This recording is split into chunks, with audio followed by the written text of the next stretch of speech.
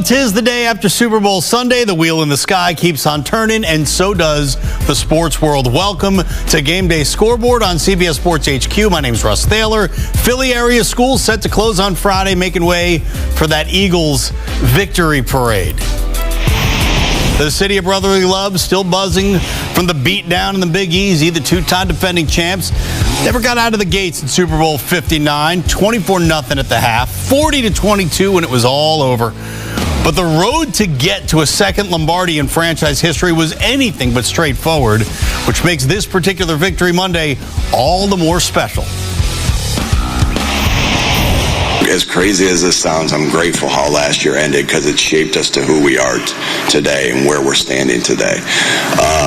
And the adversity at the beginning of the year, and the adversity through the season, through injuries, through ups and downs, through everything. I think that when you embrace adversity, it does something to you, right? It does something to you personally, right? Each and every individual on that football team, you know, the adversity does something to you, and it does something to you as a football team as well. When it's all said and done for me, I won't measure my success off of any numbers or statistics or passing yards or touchdowns or anything like that. I measure it off of rings and championships. And Jalen Hurts joins a distinguished group of QBs who lost their first Super Bowl, but came back to win one, or more than one. Hall of Famers all, except Jalen, of course, and none of these guys, or any other QB in NFL history for that matter, scored 7 total touchdowns in his first 2 Super Bowl appearances like this Eagles QB. And as we say hello to the NFL offseason, we're joined by CBS Sports NFL writer Tyler Sullivan. Tyler, everyone's coming for the crown now. Starting right now, in fact, the Commanders were the last to fall in the NFC. Who's in the best spot to challenge the Eagles for supremacy in 25? Yeah, I think you referenced it right there. I would say the Washington Commanders and the Detroit Lions are still those two teams that you have to look at if you're the Philadelphia Eagles and say, they're going to be gunning for us. And they now know that they are not the hunted anymore. They are hunting someone, which sometimes makes it a little bit easier. Of course, Philadelphia is going to have to handle now being the hunted, being the top dog, the defending champion in that conference. And you're going to be looking at two teams, the Washington Commanders and the Detroit Lions, who are going to do everything in their power over the next few weeks and months to try to get better, to eventually get one over on the Philadelphia Eagles. We're going to talk about the Detroit Lions possibly getting in the mix for a guy like Myles Garrett. If they're able to acquire someone of his caliber, that changes the dynamic tremendously on top of getting Aiden Hutchinson back. Then you talk about the Washington Commanders in their own division. They'll see them twice a year, and they're a team that I think could really rebuild quickly. Of course, they were just in the NFC Championship, but in terms of retooling that roster, the third most cap space in the NFL, and do not underestimate the aura around Jaden Daniels. With all of that cap space, they're going to be able to attract a lot of talent to go to Washington to play with Jaden Daniels, making them that much more dangerous as he goes into year 2. Wouldn't mind seeing Eagles Commanders on opening night of the NFL season. I'm just going to throw that out there. First time in 3 years, the Chiefs, they're chasing. What did the Eagles expose that KC needs to address this offseason? Well, a couple of things. First and foremost, and that was utterly apparent in this game, was the offensive line. And we kind of knew that this was an issue for the Kansas City Chiefs. When you have your all-pro left guard Joe Thuney needing to kick out to left tackle, you know some things aren't going particularly right. And that's been a blind spot for them at the NFL draft over the last few years. They've been able to draft well. You talk about bringing in Rashee Rice, Xavier Worthy, Trent McDuffie, go down the line. They've been able to bring in some talented players. George Karlaftis on the defensive side of the ball. The one area where they really haven't been able to do it, and they've spent significant capital, day 2 picks in consecutive years, is identifying some starting tackles. They haven't really been able to do it. So to me, that's the number one priority this offseason for the Kansas City Chiefs. The problem is financially, they got right now $11.5 million in cap space. Of course, you can restructure, but you might have a little bit of financial constraints. So we could talk about bringing in potentially Ronnie Stanley or other free agent tackles that are coming in.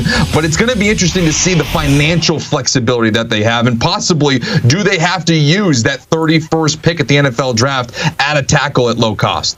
All right, so now the Eagles and Chiefs, they regroup. They'll try to run it back again. Every other team is trying to get back to that as we look forward now towards Super Bowl 60, which is amazing. Which players are going to which teams in the offseason has become a big talking point. Deebo Samuel is a guy that everybody's going to have eyes on. Coming out of San Francisco, the Niners have given him permission to seek a trade out of the Bay. The Niners are looking for a landing spot. What they can get, we'll see. But Samuel himself was asked recently about a team that could make a big leap in 2025. His answer was telling to Bleacher Report. He said, quote, "I can say Denver. Bo Nix is playing really, really good ball now. Their defense is outrageous. You got P2, that's Patrick Surtain II, out there who's, I would say, the best at the position right now, probably been for the past 2 years. I just think you need a couple of more pieces, and it'll be what it needs to be. Just have to get past Patrick Mahomes every year." It's quite a no, by the way. By the way, Tyler, he's not wrong about the Broncos. What's the trade market, though, for Deebo Samuel look like, and where could you see him end up? Yeah, I mean, I could just sit back and listen to Deebo. He's got the analysis right there. That's pretty good because Denver's a really good fit. I do think that he's wise to point that out. You look at what Sean Payton has been able to do with players like Deebo Samuel, those kind of gadgety type of players, what we've seen with Deebo over the last few years in San Francisco as a wide receiver, then working out of the backfield. That feels like a guy that should be in a Sean Payton offense, right? That feels like Taysom Hill on steroids, if we could use that example. It just feels like that to me is one of those pieces that he could use, Sean Payton. He even talks about it. He said recently they're looking for that joker, what they call in their offense, that joker position, which is basically what I just said. One of those guys that they can exploit matchups, use him out of the backfield, use him as a receiver, really use him as a chess piece. So putting him with Sean Payton, I think, would be absolutely fascinating. And this is a receiver that just turned 29 years old, still should have years in front of him, and more importantly, and you see it right here, Bo Nix was coming off a tremendous rookie season. It got overshadowed because of the brilliance of Jaden Daniels, but we're talking about a quarterback in the first round that was able to take his team in year one to the playoffs, and it doesn't feel like that hype is around Bo Nix as much as it should.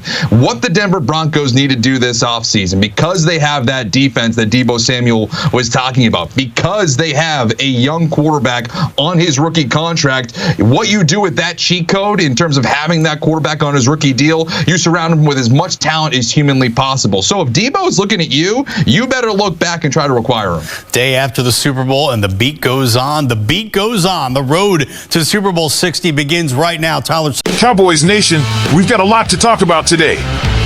From glaring team needs to potential blockbuster trades, the offseason is heating up, and you do not want to miss this.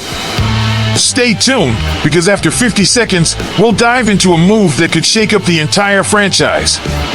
And hey, before we get started, make sure to smash that like button and subscribe so you never miss out on breaking Cowboys news. Now, let's get into it. Segment 1, Cowboys' biggest needs. Loudspeaker first up, where do the Cowboys not have a need? Honestly, aside from kicker, just about every position could use some reinforcement. Depth is an issue across the board, and while the draft will help, free agency is where this team really needs to step up. But let's be real, we all know how Jerry and Stephen Jones operate. They like to bargain hunt. The question is, can they afford to be cheap this time around? Comment below, should Dallas spend big in free agency or rely on the draft? Segment 2, Draft Strategy and Nightmare Scenario. Thinking face, speaking of the draft, the Cowboys hold the 12th pick. Some fans are eyeing an offensive lineman like Kelvin Banks, while others think they should grab a playmaker at wide receiver. But what if disaster strikes? Imagine Dallas reaches on a pick that no one sees as a true first-rounder, passes on top talent, and once again fails to address key positions. We've seen it happen before. What would be your nightmare draft scenario? Let me know in the comments. Segment 3, Rico Dowdle and RB situation. American football running back, a big question mark. Do the Cowboys roll with Rico Dowdle? I love the guy's effort, but is he a 250 carry back? Probably not. That's why I think Dallas has to draft a running back this year. Could Trey Henderson be the guy? Should they go all in on an explosive playmaker? Type Y for yes and for no in the comments. Segment 4, backup QB in round 2. Police Carlight now. Here's a wild thought. Should the Cowboys take a backup QB in round 2? Names like Quinn Ewers and Dylan Gabriel have been floating around, but let's be honest, is that the best use of a premium pick? I don't think so. We need players who can contribute immediately. If the Cowboys draft a QB early, would you be excited or furious? Drop your thoughts below. Segment 5, Stephon Diggs, DK Metcalf, or Deebo Samuel. Fire here's where things get really interesting. What if the Cowboys trade for a star wide receiver? Stephon Diggs available. DK Metcalf could be shopped. Even Deebo Samuel might be in play. Diggs is a family connection, Metcalf brings size and speed, and Deebo gives you a dynamic weapon. So, Cowboys fans, pick one, Diggs, Metcalf, or Deebo. Type D for Diggs, M for Metcalf, or S for Samuel in the comments. Segment 6, Micah Parsons trade talk. Warning now, I can't believe we even have to discuss this, but some people are actually suggesting the Cowboys trade Micah Parsons. Listen, unless you're getting multiple first-round picks and a generational talent in return, you don't trade a guy like Parsons. He's a future Hall of Famer, period. If you agree, type keep Micah in the comments. Clapperboard, all right, Cowboys fans, that's a wrap for today. If you enjoyed this, hit that like button and subscribe for daily Cowboys updates. And don't forget to share this video with your fellow Cowboys fans. Let's get the conversation going. I'll see you in the next one. Go Cowboys!